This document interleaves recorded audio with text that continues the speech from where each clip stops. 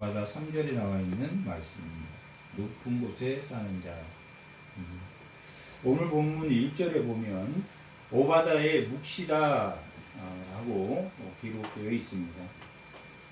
이 오바다는 1장으로 되어 있는 말씀입니다. 오바다라는 뜻은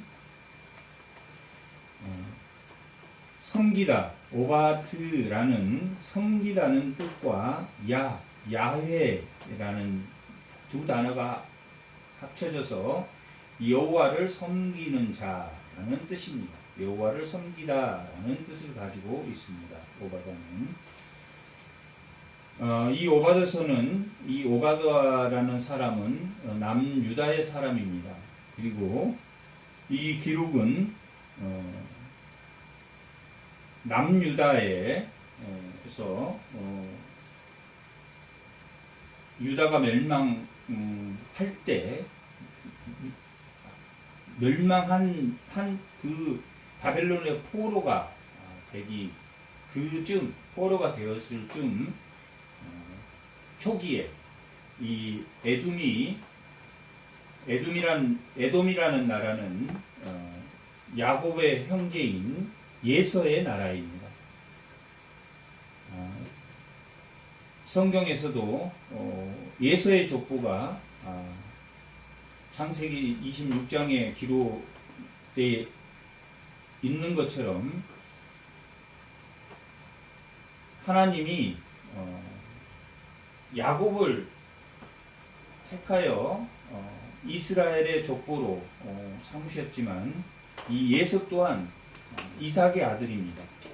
그리고 성경에 욥기에 나와 있는 사람이 욥을 비롯해서 엘리바스 이런 사람이 다 드만 사람이다 라고 기록되어 있습니다. 드만은 에돔을 뜻하는 말입니다. 드만, 대만 사람이다, 드만 사람이다 라고 기록되어 있는데 성경에서 에돔을 뜻하는 그러한 단어입니다. 그러므로 이 욥기에 봤을 때도 이 에서의 나라 에돔은 지혜 있는 자들이 굉장히 많이 살았습니다. 지혜자들이 많이 살았고 하나님이 그들도 12족속으로 삼으셨습니다. 그러나 그들이 하나님의 백성이었기 때문에 이삭의 아들이었고 야곱의 형제였기 때문에 그들에게도 하나님께서 축복하리라 라고 해서 12종족으로 세웠지만 그들은 끝까지 뭘 했다는 이야기입니까? 오늘 본문 전체의 내용은 하나님에게 대적했다라고 기록하고 있습니다. 하나님이 복을 주고 싶어서도 바벨론이 하나님이 들어서 지팡이로 사용해서 복을 주고 싶어도 그들에게 복을 줄 수 없는 것은 그들이 하나님을 통해서 그 일을 했다라고 생각하지 않고 끝내는 자신들의 힘으로 했다라고 하기 때문에 결국은 그들이 멸망하고 패망합니다. 페르시아의 고레스라는 왕은 있었는데 하나님을 인정하고 그들을 포로에서 귀환시켜주는 왕입니다. 그리고 그 왕이 있었을 때는 평안하였지만 그 다음 왕들이 모든 치적을 자기들이 했다라고 했기 때문에 그들도 멸망했습니다. 페르시아도 멸망하고 헬라도 멸망하고 로마도 멸망한 이유가 결국 하나님이 지팡이로 사용해서 이 세상 만국을 통치하지만 그들이 자신이 했다라고 생각하기 때문에 그들은 멸망했습니다. 오늘 말씀 1절에 보면 묵시다라고 하는 것은 어떤 거냐면 우리가 저 산 꼭대기에서 보면 어떤 사람이 그냥 길을 가다가 누군가도 같은 방향으로 오는데 이게 어렸을 때 소꿉친구를 이들 두 사람은 출발했을 때 자기가 오늘 소꿉친구 어렸을 때 그 친구를 만날 것을 알지 못하지만 위에서 하나님 보고 있을 때 오늘 이 소꿉친구가 만나겠네 라는 것을 아는 것을 가르쳐 주는 것을 뭐라고 합니까? 묵시라고 합니다. 계시라고도 하고 환상이라고도 합니다. 그래서 이 성경은 그런 것을 가르쳐 주는 내용입니다. 오늘 이 말씀의 제목이 오바다의 묵시다 하는 것은 오바다에게 하나님이 위에서 보고 있는 것을 가르쳐 줬다라는 말입니다. 그런데 이 성경 전체는 모든 상황을 가르쳐 주는 말씀으로 되어 있습니다. 누군가가 만날 것인, 누군가 만나서 싸울 것도 이미 알고 이 모든 기록 안에 다 기록해 두었습니다. 그리고 이걸 계시라고도 하고 묵시라고도 하고 이걸 환상이라고도 합니다. 그래서 하나님이 위에 보고 있는 것, 이거 원근법이라고 하는데 멀리서 보면 둘이 만나서 원수들이 둘이 만나서 근데 이 두 사람은 원수인데 서로 알지 못하고 출발하더라도 하나님 위에서 볼 때는 바벨론이 출발해서 지금 이스라엘을 치러 가는구나 이걸 보고 있기 때문에 이러면 너희들이 친다. 너희들이 멸망한다. 멸망하지 않는 방법은 하나님께 돌아오는 것이다. 라고 너 그쪽으로 가지 말고 다시 턴해서 하나님 쪽으로 방향을 돌아서 와라. 하지만 그것을 뭐한 사람만 그것을 하나님의 말씀으로 믿는 사람만 그 일이 발생되지 않는 것입니다. 그래도 굳이 그렇게 가서 하나님 말씀, 계시의 말씀이 그렇게 하면 오늘 사고가 나니 가지 마라 라고 했음에도 불구하고 끝까지 가면 반드시 무슨 일이 일어난다. 사고가 난다 하는 것을 이 성경 모든 말씀에 다 가르쳐주고 있습니다. 예를 들면 어떤 예언이나 환상이나 계시가 이 성경 안에 있는 말씀에 벗어난 예언. 나는 뭔가 신령해서 누군가가 보면 저 집에 무슨 일이 일어날 것이다 하는 것이 보인다. 이런 것은 누가 주는 겁니까? 그것이 사단이 주는 명령입니다. 여기 화장실 사용해. 그것이 사단이 주는 그러한 명령입니다. 선악과가 그런 것입니다. 선악과를 따먹지 마라. 하나님 멀리서 볼 때 선악과를 따먹으면 선과 악을 구별하게 돼서 죄를 짓게 되고 인간의 욕망이 일어나게 되므로 선악과를 따먹지 마라 라고 말한 것도 그것을 관계 계시라고 합니다. 관계 계시라고 하는데 모함으로 선악과를 따먹지 마라 라고 하는 것은 모함으로 그 선악과를 안 따먹어야 됩니다. 안 따먹어야 됩니까? 하나님의 말씀을 관계, 신뢰하고 믿음으로. 아멘. 그런데 그때 뱀이 뭐라고 했습니까? 하나님과 같이 되려면 너도 먹으면 죽지 않는다 라고 하나님과 피조물을 비교해서 말했습니다. 그런 것처럼 하나님을 믿고 신뢰함으로 이 계시를 믿고 따르는 자와 이걸 믿지 않고 비교 분석해서 하는 것을 사단이 하는 것이다. 그게 바로 사단이다 라고 말하는 것입니다. 그런데 에돔은 오늘 하나님이 그렇게 그들에게 명령했을 때 듣지 않았습니다. 그들은 하나님 말씀을 듣지 않고 하나님 말씀대로 실천하지 않았습니다. 그러므로 이 오바다는 멸망했다. 그런데 이 오바다가 왜 하나님 말씀을 듣지 않고 하나님이 이쪽에서 이렇게 가면 부딪히면 너희들이 싸우서 너희들이 멸망할 거니까 그쪽으로 가지 마라 라고 분명히 했지만 그들은 이삭의 아들이고 하나님의 말씀을 듣는 자였지만 결국은 하나님의 계시, 묵시, 오바다가 한 하나님의 묵시의 말씀을 들었다, 신뢰했다, 믿었다, 안 믿었다? 믿지 않았다. 성경의 말씀을 믿지 않는 것과 선악과를 따먹지 말라고 했을 때 믿지 못한, 신뢰하지. 그래서 이 성경 말씀은 전부 다 관계 계시입니다. 믿음으로 얻을 수 있는 계시입니다. 아멘. 그리고 이 성경 말씀을 벗어난 환상은 다 비교 계시입니다. 잘못된 것입니다. 그것은 실제 누가 주는 거냐면 사단이 주는 것이기 때문입니다. 왜냐하면 뱀이 그리고 뱀이 그 말을 하자 그 선악과를 따먹자마 뭐 했다고 했습니까? 눈이 밝아졌다고. 실제로 뱀이 말한 것처럼 눈이 밝아져서 하나님이 기쁨이 준 것이 아닌 쾌락의 기쁨을 알게 되었습니다. 악의 기쁨을 알게 되었습니다. 경쟁에서 뺏음으로 승리자가 되고 그 승리자의 쾌감을 알게 된 것입니다.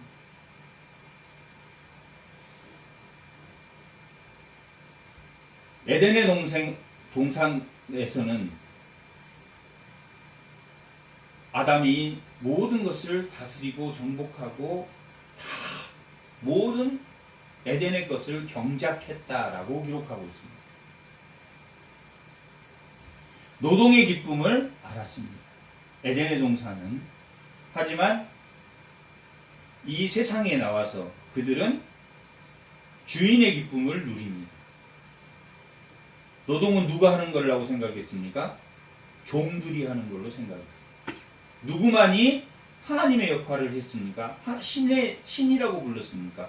황제만을.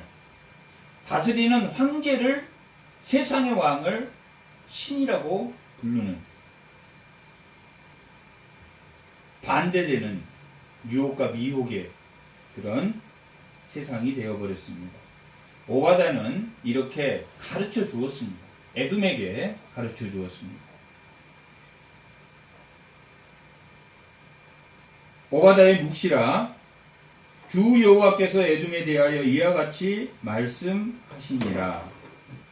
에돔에 대한 심판에 대한 하나님이 보신 것을 누구에게 보여주었습니까? 오바다에게 보여주었습니다. 얼마나 좋은 내용이, 우리의 앞날을, 우리가 있을 일을 미리 가르쳐 주었음에도 불구하고 끝까지 거부하는 에돔. 거부하는 원인이 오늘 말씀의 제목인 것처럼 높은 자에 사는 자. 이 에돔이라는 나라는 천혜의 요새를 되어 있습니다. 나라가 바위로 완전히 사면이 바위로 둘러싼 산악지대. 세일산이라고 하는 곳, 세일의 주민아 하는 곳이 에돔의 자손들이 사는 곳입니다. 산악지대이고 오직 들어갈 쪽은 동남쪽에 있는 능선 하나밖에 없습니다. 그러니 그들이 아무도 에돔을 물리치는 사람이에요. 예루살렘 성도, 산 꼭대기에 예루살렘이 성벽이 있었기 때문에 어느 누구도 그걸 침공하지. 예루살렘을 멸망시키기 위해서 바벨론 느부갓네살이 와서 그 성벽 앞에 산을 쌓고 3년 동안 해도 그 예루살렘을 겨우 했을 정도. 예루살렘이 그 철의 요새인 것처럼 이 에돔은 그렇게 되어 있는 나라입니다. 누가 능히 나를 끌어내겠느냐? 누가 나를 끌어내겠느냐라고 에돔이 말할 때 즉각 하나님이 내가 끌어내린다라고 뭐 했습니까? 그것이 하나님의 응답입니다. 그래? 누가 나를 끌어내리겠느냐라고 말했을 때 하나님이 내가 끌어내리겠다라고 하는, 너 높은 곳에 있는 자여, 나는 이 높은 곳에, 이 산악지역에서 내가 이렇게 견고하게 내 성을 쌓고 세상의 스펙으로, 세상의 능력으로, 자기 힘으로 자기의 스펙을 쌓고 절대 하나님이 나를 끌어내리지 못해 하면 언젠가 하나님이 끌어내린다라는 것을, 그것은 우리는 이 성경을 보면서 미리 알기 때문에 그 사실을 알려줍니다. 너도 언젠가는 연약해져. 지금은 너가 힘이 있어서 강하지만 너도 언젠가는 연약해지고 언젠가는 하나님 앞에 무릎을 꿇게 될 거야 라고 이 성경이 기록해 준 대로 말해줘도 끝까지 믿는다 안 믿는다? 끝까지 믿지 않아. 에돔은 이 553년에 결국은 553년에 바벨론에 의해서 멸망됩니다. 이 에돔도 결국 553년에 멸망되지만 이스라엘이 586년에 멸망됐으니까 한 30년 후에 이 에돔도 멸망을 하게 됩니다. 이렇게 에돔에 대한 경고의 메시지가 오바댜를 통해서 우리에게 그 메시지를 통해서 말하지만 여기에 핵심은 또 무엇냐면 누가 능히 나를 끌어내리겠느냐 하는데 그 위에 보면 3절에 보면 너의 교만이 너를 속였도다. 너의 마음의 교만이 너를 속였도다 라고 기록하고 있습니다. 이 교만이라는 것은 어떤 의미를 가지고 있냐면 하나님이 준 한계와 규칙을 어기는 것을 우리가 교만이라고 합니다. 하나님이 어떤 규칙을 주었습니까? 인간에게 아담을 만들고 인간에게 어떤 한계와 규칙을 주었습니까? 하나님 피조물과 하나님 창조주와의 관계에 대해서 너는 피조물이고 나는 하나님이고 너는 내 말을 언제든지 뭐 해야 된다. 순종해야 되고 너에게 있어서는 뭐다? 너에게 있어서는 하나님이 주인이다. 그 한계를 벗어나면 뭐가 됩니까? 인간이 신이 되는, 내가 하나님처럼 되리라 했던 인간이 신이 되는 그것이 교만입니다. 교만은 인간이 하나님이 인류를 만들 때 창조주와 피조물 간의 관계, 선악과를 따먹지 마라 라고 말한 하나님의 말 모든 생명나무는 다 에덴은 영원히 사는 곳입니까? 살다가 몇천 년 살다가 죽는 곳입니까? 영원히 사는 것. 왜 영원히 사는 걸로 우리가 봐야 되냐? 선악과를 따면 반드시 죽으리라 했으니까 선악과만 따먹지 않으면 반드시 살리라. 반드시 사는 곳에 있다가 선악과를 따먹음으로 인해서 반드시 죽으리라 한 그대로 하나님이 너희는 반드시 죽으리라 했는데 선악과를 따먹었으면 예수 믿으면 이제 영원히 몸에서 안 죽는 게 아니라 우리 영원히 사는 것이고 우리 몸이 예수님이 재림할 때 다시 영원히 사는 거지만 우리는 한번 뭐 했다? 다시 영원히 사는 겁니까? 죽었다. 반드시 죽으리라 했으니까 죽었다. 영원히 사는 것입니다. 그렇게 교만은 한계와 규칙을 벗어나는 것. 무엇으로 인해서? 자신의 능력과 자신의 힘과 자신의 스펙, 자기의 고난의 한계를, 하나님의 한계를 벗어난 그것으로 인해서 자기의 능력, 자기의 힘, 자기의 힘이 자신이 하나님이 되어서 그 하나님이 한계한, 하나님이 뭘 한계했습니까? 너는 언제 어느 때나 누구 말을 들어야 되는 사람이다. 하나님에 의존되어 있는 사람이다. 그러므로 생육하고 번성하고 충만하고 다스리고 정복하는 하나님 말씀에만 순종하면 다스리고 정복하고 충만하고 번성하고 생육하는 그러한 복을 주었는데 그들은 스스로 자기 성을 쌓고 자기 스펙을 쌓고 자기가 할 수 있다. 그거의 모든 모델이 에돔입니다. 에돔은 지혜로운 자들이 굉장히 많았습니다. 그래서 잠언에서도 이 에돔의 지혜 있는 자들이 많았다. 누구의 족보입니까? 그들도 이삭의 아들입니다. 하나님이 그들에게도 축복해 주었습니다. 그리고 창세기 26장에도 예서의 족보가 12족장으로 이루어져 있음을 알 수 있습니다. 드만은 예서의 손자입니다. 이 이름이 손자의 이름입니다. 그리고 이 지명 이름이기도 합니다. 그 손자의 이름, 또 히브리어의 특징은 뭐냐면 아담이 그 형태, 모양에 따라서 지명이나 모든 만물의 이름을 지어주었기 때문에 이 히브리어, 이 언어에는 표의 문자가 있고 상형 문자가 있어요. 상형 문자는 그 글씨체가 코끼리상 하면 코끼리 모양을 닮았다 해서 상형 문자라고 합니다. 그 다음에 표의 문자도 있고 상형 문자도 있고 있는데 히브리어는 뭘로 되어 있냐면 에브라임, 에루살렘 하면 평화의 평화, 살렘이라는 평화, 그 형태에 따른 본성을 가지고 사람 이름도 그 사람의 본성에 해당되는 이름을 지어주었고 지명도 마찬가지고 그런 히브리어의 특징은 지명이나 이름이 그러한 특징을 가지고 있습니다.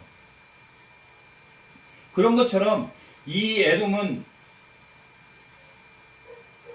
산악 골짜기에서 누구도 침범할 수 없는 그리고 지혜자들이 굉장히 많이 살았던 곳입니다. 그리고 그들은 그럼으로 인해서 자기의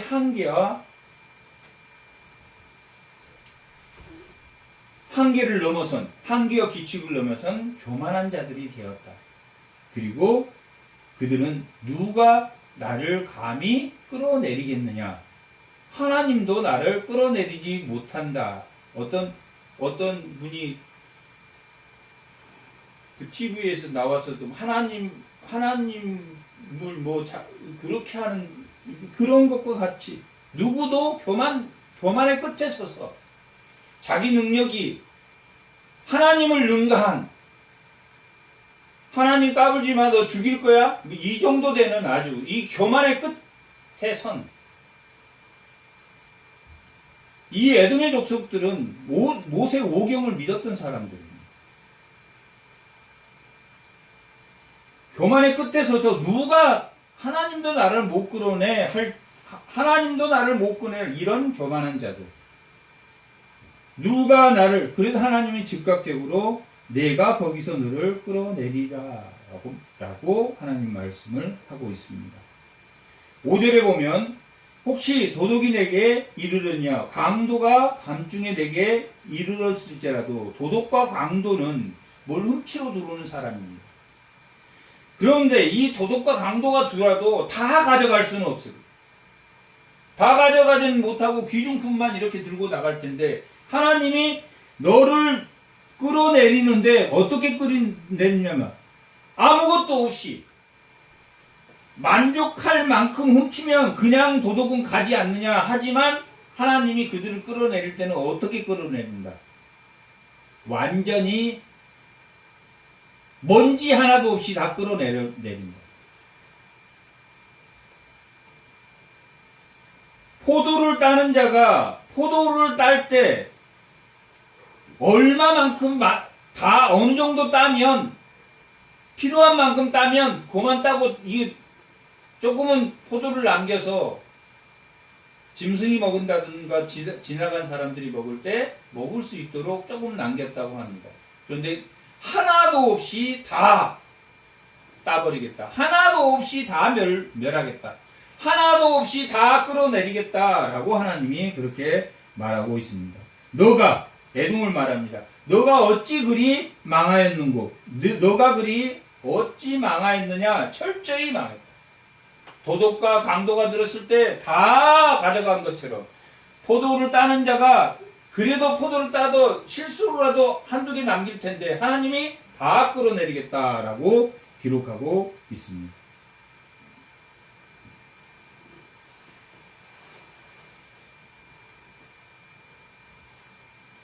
6절에 보면 예수가 어찌 그리 수탈되었으며 그 감춘 보물이 어찌 그리 빼앗겼는고. 이 이스라엘은 자기가 믿는 것이 있었기 때문에 가장 믿는 것을 하나님이 다 빼앗아 가겠다 하는 것은 그 천의 요새에 있었기 때문에 자기들은 그래 우리를 쳐들어와서 조금은 뺏길 수 있지만 여기서 다 가져갈 수는 없어 라고 한 그것을 다 뺏어버리겠다. 어찌 그리 수탈되었는가. 그곳이 요새이기 때문에 다 빼앗기지 않을 텐데 너희들이 완전히 뺏겼구나. 그 감춘 보물이 어찌 그리만 거기는 왕의 대로가 있었습니다. 에돔의 땅은 왕의 대로가 있어서 이스라엘이 갈 때 야 그 에돔 너희 우리 형제 국가니까 나는 너희들 가서 곡식이나 뭐 아무것도 안 가져가고 우리가 그 왕의 대로로 이렇게 해서 이스라엘 좀 가나안으로 들어갈게 좀 들어가면 안 되겠느냐라고 했을 때 그들이 뭐 했습니까? 거부했습니다. 안 돼. 그들은 왕의 대로라는 그걸 통해서 무역이 성행했기 때문에 뭐가 많았습니까? 보물이 많았습니다. 이 에돔은 부자 나라였습니다. 아주 부자 나라였습니다. 그 왕의 통로로 무역로가 있었기 때문에 굉장히 많은 무역을 하였고 굉장히 나라가 부강했습니다. 그런데 감춘 보물이 어찌 그리 빼앗겼는고 감춘 보물이 그 무역로를 통해서 부유하게 살았던 것이 뭐해졌다? 완전히 망하게 되었다라고 기록하고 있습니다. 너와 약조한 모든 자들 중에는 누구도 들어있습니까? 남유다도 들어있습니다.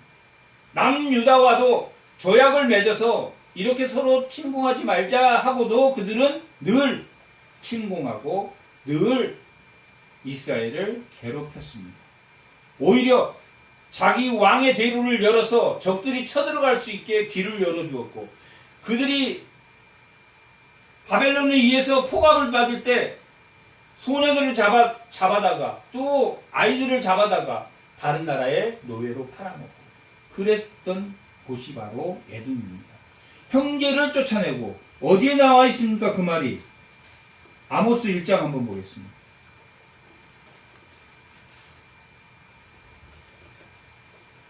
(11절) 한번 읽어보겠습니다. 아모스 1장 11절.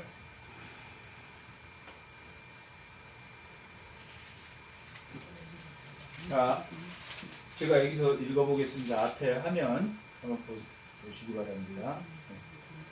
다 같이 읽어보겠습니다. 여호와께서 이와 같이 말씀하시되 에돔의 서너 가지 죄로 말미암아 내가 그 벌을 돌이키지 아니하리니 이는 그가 칼로 그의 형제를 쫓아가며 긍휼을 버리고 항상 맹렬히 화를 내며 돈을 끝없이 품었습니다. 누구에 대해서? 이스라엘에 대해서. 형제를 팔아먹고 형제를 쫓아내고 화를 품고 부를 품었다. 그래서 에돔이 심판받을 것이다 라고 했는데 오늘 본문에서도 그들이 누구를?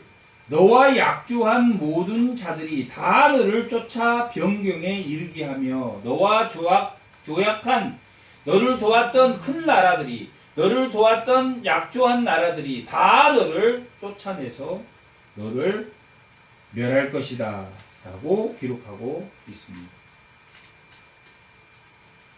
또한 너와 화목한 자들이 너를 속여 이기며 그들과 화목했던 그들과 동맹을 맺었던 그런 국가들도 다 배신할 것이며 또 먹을 것을 먹는 자들, 먹을 것을 함께 먹는다는 것은 당시에는 조약을 할 때 함께 먹었다라고 성경에서도 출애굽기 24장에서도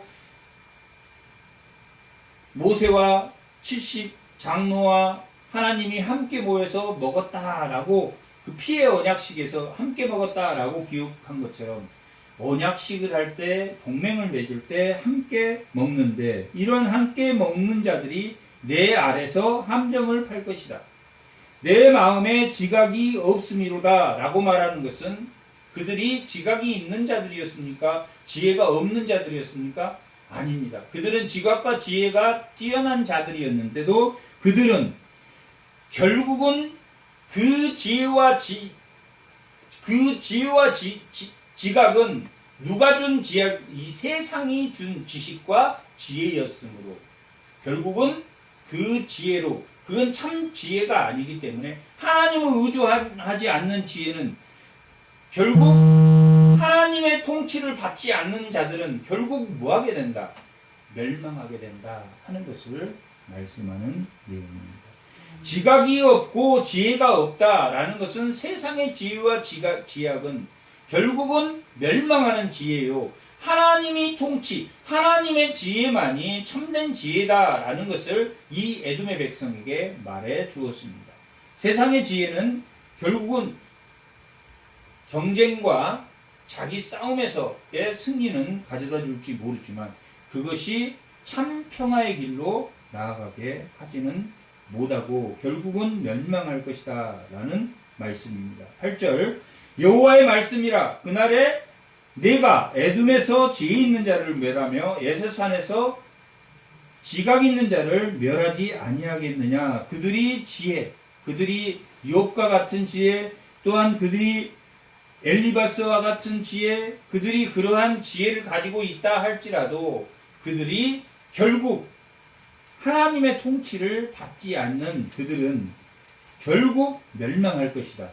에돔의 지혜 있는 자, 예서의 산에서 지각 있는 자를 멸하지 않겠느냐. 그들의 지혜, 자기 스펙의 지혜, 세상의 지혜는 결국 하나님의 통치를 받지 않겠느냐. 하나님의 통치만이 올바른 지혜의 길이다 하는 것을 말하고 있습니다. 9절 드만은 에서의 손자라고, 드만이라는 그 손자가 있었는데 그 손자이며 여기서 말하는 것은 지명을 드만이라는 지명인데 거기도 마찬가지로 에돔에 있는 지명, 에돔을 뜻하는 그러한 지명의 말입니다. 드만아 내 용사들이 놀랄 것이라. 이로 말미암아 에서의 산에 있는 사람들은 다 죽음을 당하여 멸하리라. 자신들이 지혜 있고 자신들이 영리하다라고 하는 사람들은 다 죽을 것이다 라고 말하고 있습니다. 창조 이후에 인간이 선악과를 따먹고 타락한 이후에 하나님은 누구에게 가장 아름다운 것을 감추었냐면 가난한 자, 연약한 자들에게 하나님은 아름다움을 감추었다라고 어거스틴이라는 4세기에 어거스틴이라고 하는 이 성경의 가장 기초적인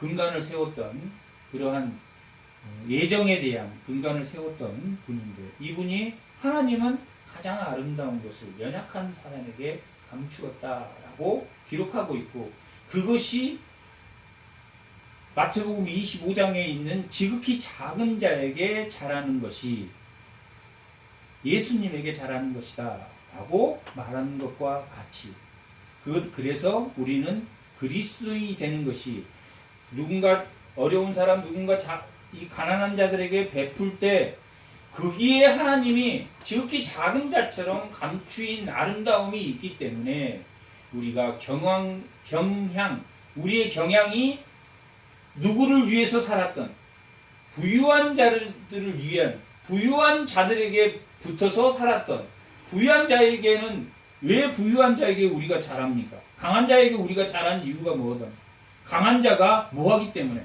이 세상을 심판하기 때문에 그 강한 자에게 잘하면 뭘 안 받습니까? 현실적으로 심판을 안 받기 때문에 불이익을 안 받기 때문에 강한 자들에게 잘합니다. 강한 자들에게 잘한 사람은 반드시 그 성향이 세상적인 성향이 있으면 강한 자에게 잘합니다. 그러나 나는 그리스도인이다 하면 누구에게 잘하는 겁니까? 지극히 작은 자에게 잘합니다. 경황과 성향이 지극히 작은 자에게 힘없는 자에게 잘하는 사람이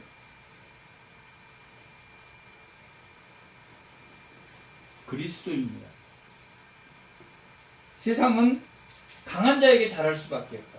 그들이 통치하고 그들이 다스리고 그들이 심판하기 때문에 그 심판을 피하기 위해서 그렇다. 그런데 이 예서가 그랬습니다. 교만하여 인간의 한계와 규칙을 어기고 또한 포악했습니다. 10절에 보면 내가 내 형제 야곱에게 행한 포악으로 말미암아라고 기록되어 있습니다. 부끄러움을 이 포악은 어디에서 나오냐면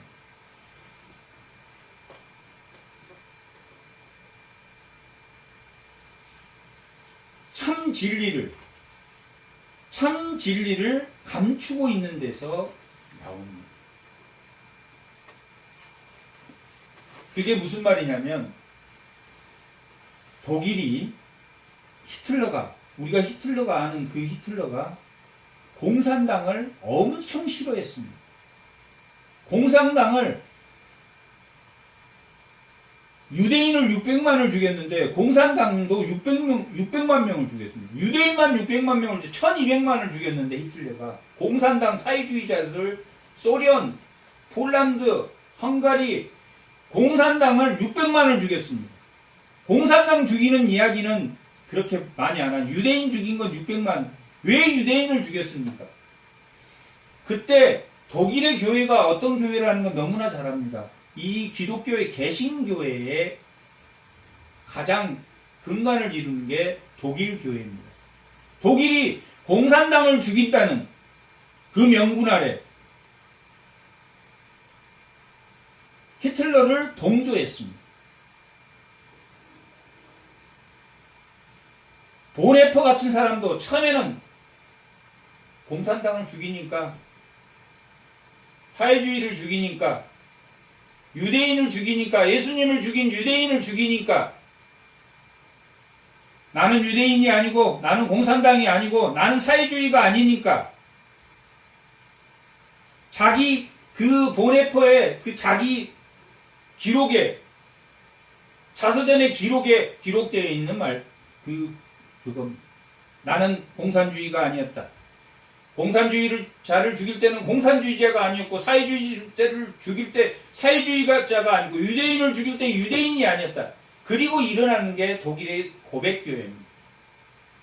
좌로나 우로나 치우치지 말고 하나님 복음을 하나님이 그 에돔의 사람이라도 하나님이 이 구원에서 그들을 구원하시려고 하는데 돌아오라 이삭의 아들아 돌아오라. 이 어디에 나옵니까?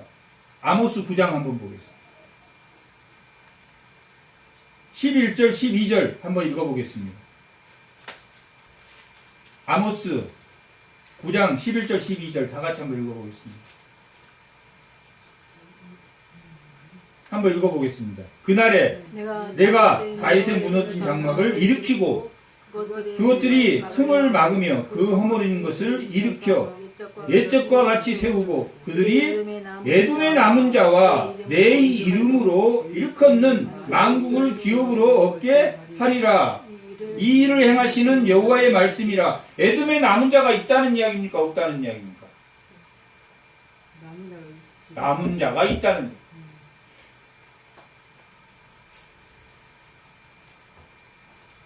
그렇게 기독교가 히틀러가 그렇게 많은 사람을 죽일 때 거기에 그 죽이는데 받침을 해줬답니다. 공산주의자는 우리는 하나님 자유를 원하는데 거기는 무신론자들이니까 다 죽여도 돼. 그런 죄를 범했습니다.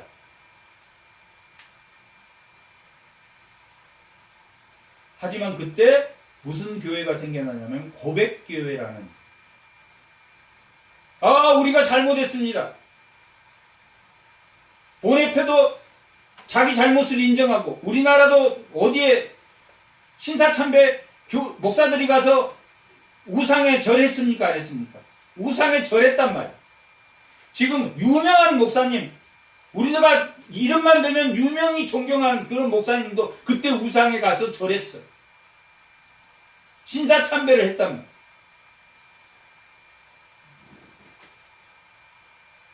그때 신사참배를 하지 않는 그런 교단이 고신, 또 우리가 원래 고신에 있었으니까 저희 교단은 그때 다 숨어서 목사들이 참배를 하지 않았어요. 잡히면 참배를 하지 않는 목사들은 잡히면 그렇다고 했던 사람이 다시 돌아오면 어떻습니까? 회개하고 돌아온 목사님도 그때 제가 신사참배를 한 것이 잘못했습니다. 그렇게 생긴 게 고백교회입니다. 교회. 독일에 고백교회가 생겼는데 무신론자들을 죽일 때, 유대인들을 죽일 때, 유대인들이 예수님을 죽인 그 유대인들을 죽일 때 할살할 때 이론적 바탕을 제공했던 교회들이 하나씩 돌아왔습니다.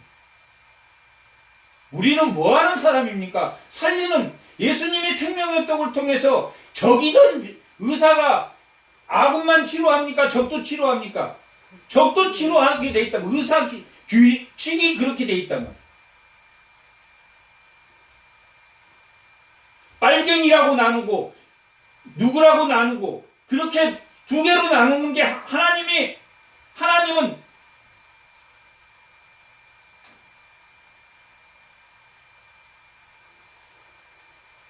에베소서 4장에 보면 어떤 하나님입니까? 하나의 하나님. 성령도 하나요. 삼위일체 하나님도 하나요. 하나의 하나님이다. 이 교회도 하나다. 교회에 자아와 우가 있을 수가 없습니다. 좌측과 빨갱이가 어디가 있습니까? 설령 실제적으로 사고가 다르다 하더라도 하나입니다. 뭐가 하나입니까? 하나님께 돌아오는 게 하나입니다. 돌아오는 길은 하나입니다. 이 돌아오는 길에 서 있지 않는 교인이 있습니까? 완전 성화는 이 땅에 없기 때문에 아무리 훌륭한 성품을 가지고 있는 사람도 바울이 나는 매 순간 매일 날마다 죽노라 라고 고린도전서 9장에 나는 날마다 죽노라 라고 고백한 것처럼 우리는 날마다 하나님께로 돌아가는, 잘못하고 돌아가고 잘못하고 돌아가고 잘못하고, 이 세상에 깨끗한 사람이 어디 있습니까? 자기는 회개 다 하고 완전한 하나님처럼 된 사람이 이 세상에 그런 사람이 어디 있습니까? 인간을 만들 때 우리는 이 세상은 종과 사장과 과장과 모든 그런 것을 그 차별의 높낮이를 구별하지만 하나님 만들 때 어떻게 만들었습니까? 하나님의 형상으로 동일하게 만들었습니다. 인류는 하나님의 형상으로 동등하단 말이에요. 동등해. 종도 없고 목사나 성도나 제가 뭐라 그랬습니까? 다 똑같답니다. 목사를 왜 존중해 줍니까? 목사가 무너지면 교회가 무너지기 때문에. 교회를 무너뜨리려면 목사만 무너지면 끝이야. 그래서 존중하는 거지. 아, 저 사람이 나보다 믿음이 좋고 집사보다 더 믿음이 없어도 없는 사람도 있을 것이고 그건 하나님만 아는 거니까. 모든 것이 평등하다. 이 세상은 평등하다.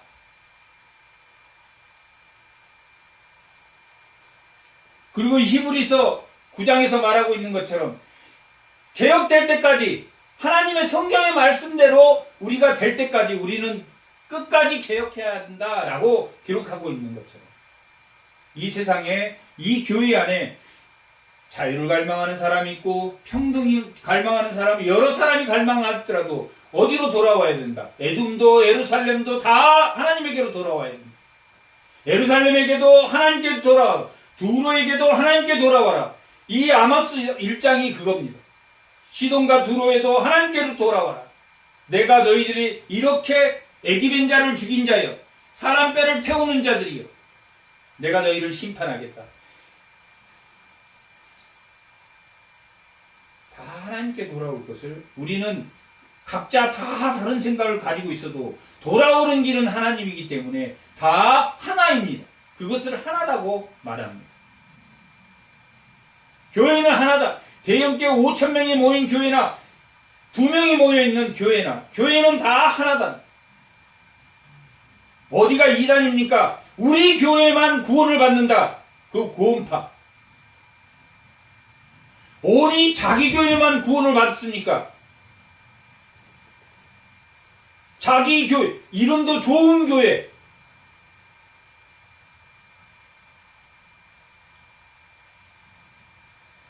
교회라는 뜻 자체가 하나님의 부름받는 자, 예수 신랑의 신부로 부름받는 자들, 좋지 않는 교회가 없습니다. 다 교회는 동일합니다. 자기 교회로 오세요. 교회 다니고 있는 사람한테 자기 교회로 오세요. 제가 그 이단이라고 그랬습니다. 그거. 다니시는 교회. 전도할 때도 가까운 교회 나가세요. 교회가 다 똑같기 때문에.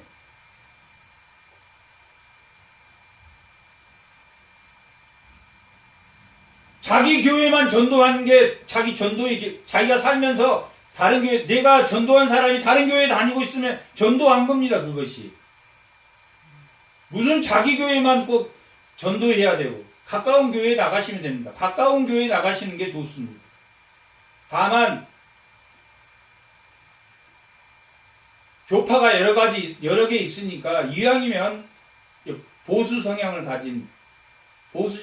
성향을 가진 교회에 나가는 게 좋습니다. 라고 저는 이제 그렇게 말합니다. 교회에서 춤추고 그런 건 너무 지나치기 때문에.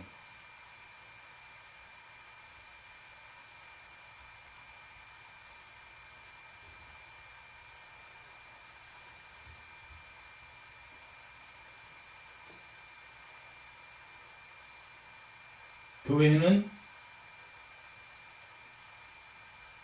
누구나 돌이켜야 되는 하나님 안에서 하나님 것이 교회입니다.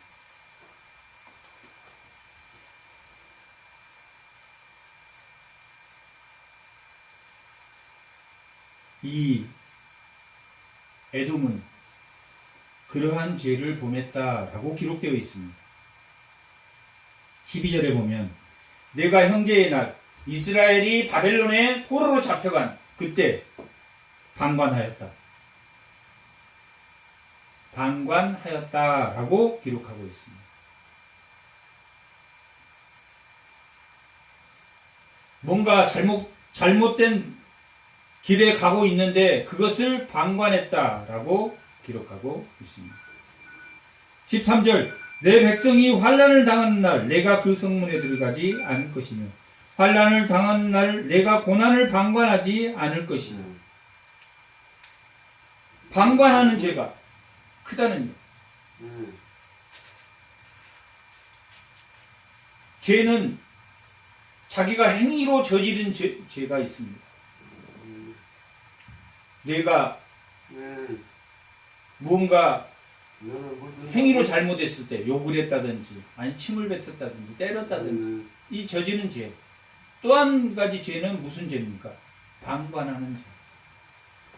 방관하는 죄다. 아까 히틀러 이야기는 뭐한 죄입니까? 교회가 방관했다. 좌로나 우로 치우칠 때 좌로 치우치고 우로 치우쳐서 아닌 것을 자기가 정확하게 모르면서 공산주의가 뭔지 빨갱이가 뭔지 정확하게 그 이론조차도 왜 공산주의가 나쁜 건지 무신론자들이죠. 그 공산주의 다 죽여야 됩니까? 에돔 다 죽여야 됩니까? 지금 오늘 이 에돔서를 왜 기록해 죽어야 되면 멸절하겠다 하고 끝내지 왜 기록해 놓았습니까? 돌아오라. 이 결론적인 말씀은 뭐라고 나왔냐면 내가 18절 한번 읽어보겠습니다. 야곱의 족속은 불이 될 것이요 요셉의 족속은 불꽃이 될 것이요 에서의 족속은 지푸라기가 될 것이라 그들이 그들 위에 붙어서 그들을 불살을 것인즉 에서 족속에 남은 자가 없으리다. 뭐하면 남는 자가 없다는 이야기입니까? 지금처럼 살면. 아까 저쪽에서는 남은 자가 있다고 그랬습니까? 아모스 9장 12절에는 남은 자가 있다고 했습니까? 없다고 그랬습니까? 있다고 했는 것은 돌아오라는 이야기고 이건 남은 자가 없으리라 라고 하는 것은 남은 자가 없다는 뜻이 아니라 지금처럼 너희들이 누구를 이스라엘을 괴롭히고 형제 나라를 괴롭히고 뭐하면 형제가 고통받을 때 뭐하면 방관하면 히틀러가 사람 죽일 때 방관하면 이 교회를 두 패거리로 보수와 개역 두 패거리로 나누려고 하는 것도 그거에 방조하면 오히려 그것을 부추겨가지고 교회를 두 쪽 내려고 교회 안에서 무슨 보수와 좌파가 어디가 있습니까? 다 누구에게로 보수도 돌아오고 다 하나님 앞에 다 신본주의 하나님을 믿는데 무신론자는 예수 안 믿는 사람 다 죽여야 되는 대상입니까?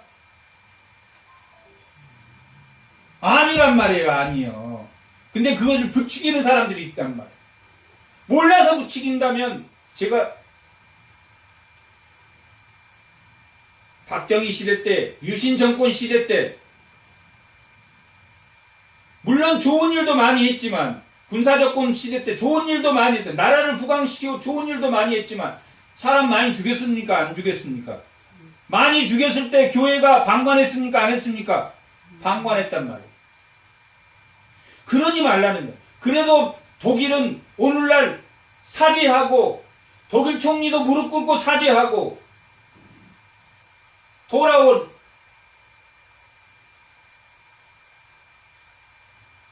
우리는 다 하나님께로 돌아갈 보수나 진보나 우리가 생각하는 이 세상의 보수나 진보나 이 세상에 존재하는 모든 것은 다 돌아가요.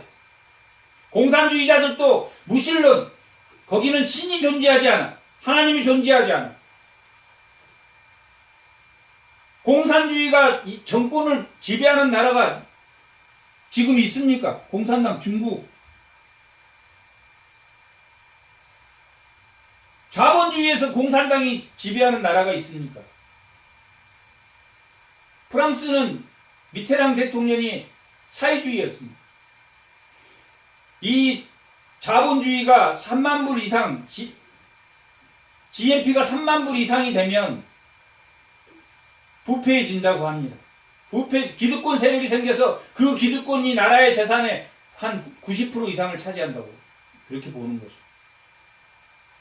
그럴 때 사회주의가 들어와서 사회주의라고 공산주의를 하는 게 아니라 자본주의에서 사회주의 당이 그것을 다루면서 뭐 한다? 부패해진 기득권 세력을 조금 다시 평면으로 동등하게 좀 분배를 한다 하는 개념입니다. 우리는 좌우를 따질 필요가 없습니다. 교회는 우측에 있는 사람에도 복음을 전하고 좌측에 있는 사람에도 복음을 전하고 오늘 말씀이 그러한 말씀입니다. 믿지 않는 보수나 믿지 않는 진보나 믿지 않는 자들에게 우리는 복음을 전하는 자들입니다. 그리고 기독교인은 어디에 아름다운 것이 숨겨져 있는 것을 알아야 되는 자들이다. 어려운, 연약한 자들에게, 고아나 가난한 자들에게 하나님의 아름다움을 숨겨줬다. 지극히 작은 자에게 잘하는 것이 나에게 하는 것이다 라고 마태복음 25장에서 말하는 것처럼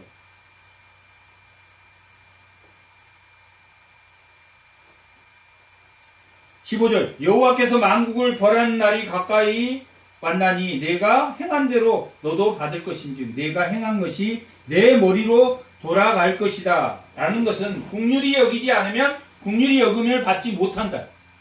우리는 다 뭐합니까? 다 죄를 짓습니까? 안 짓습니까?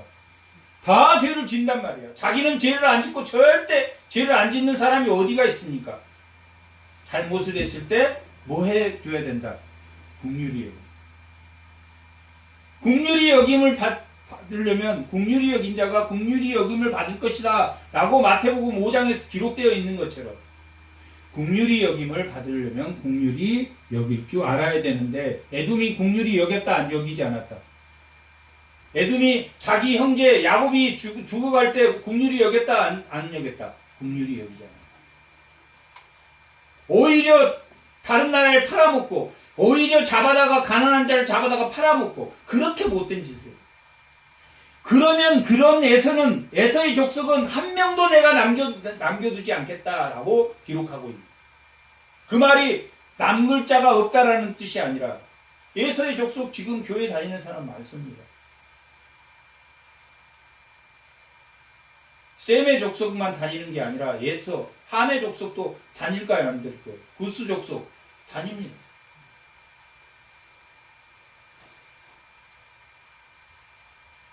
바벨탑을 쌓고 다 흩어버렸지만 그들이 하나님 아브라함을 통해서 제사장의 나라, 예수님이 오게 한 그 나라를 세웠다. 너희가 내 성산에 마신까지 애국 만국인이 항상 마시리니 곧 마시고 삼켜서 본래 없던 것 같이 하리라. 여호와의 날, 심판의 날.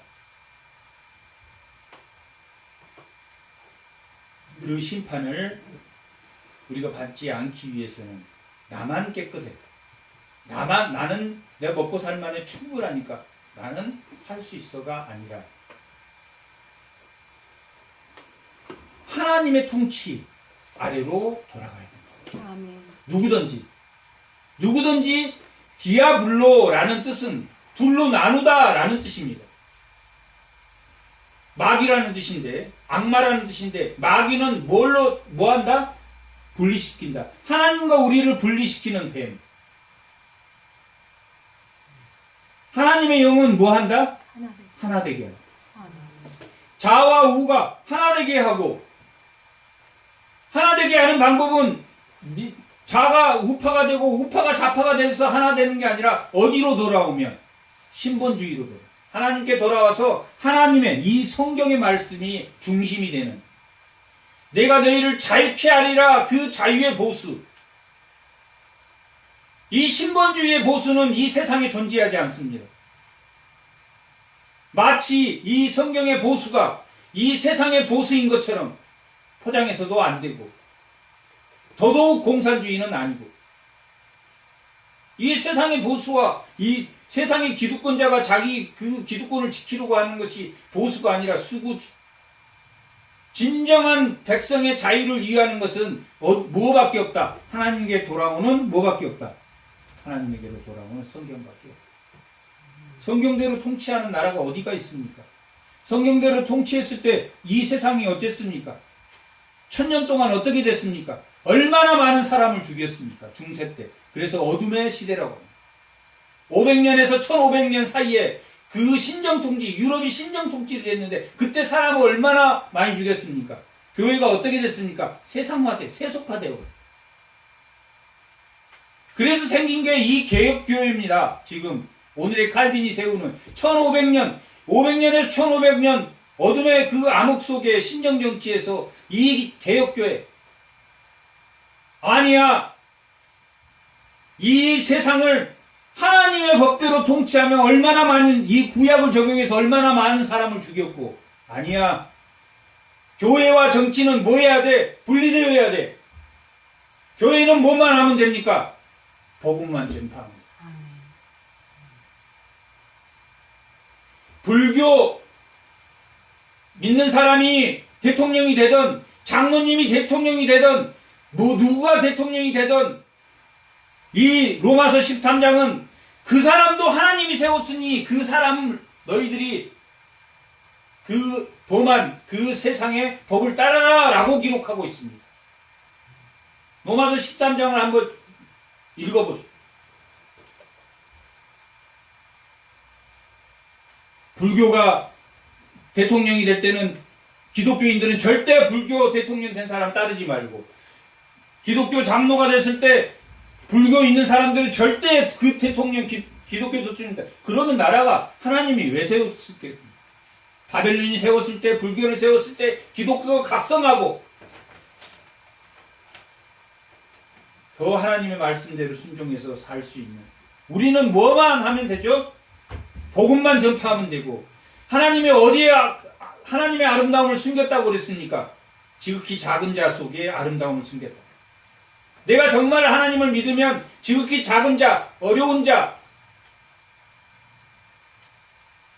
자에게 잘하면 하나님에게 잘하는 것입니다. 부유한 자에게 아름다움을 감추지 않았습니다. 성경이 그렇게 기록하고 있습니다. 배고픈 자, 가난한 자, 목마른 자에게 하나님이 물을 주고 하는 게 나에게 하는 것이다 라고 했으니까 우리는 지극히 작은 자에게 잘하는, 야곱과 에서와 같이 자기 유익만을 위해서 자기 자기 스펙을 믿고 까불지 않는 그러한 다 기독교인이 되시기 바랍니다. 잠깐 기도하겠습니다.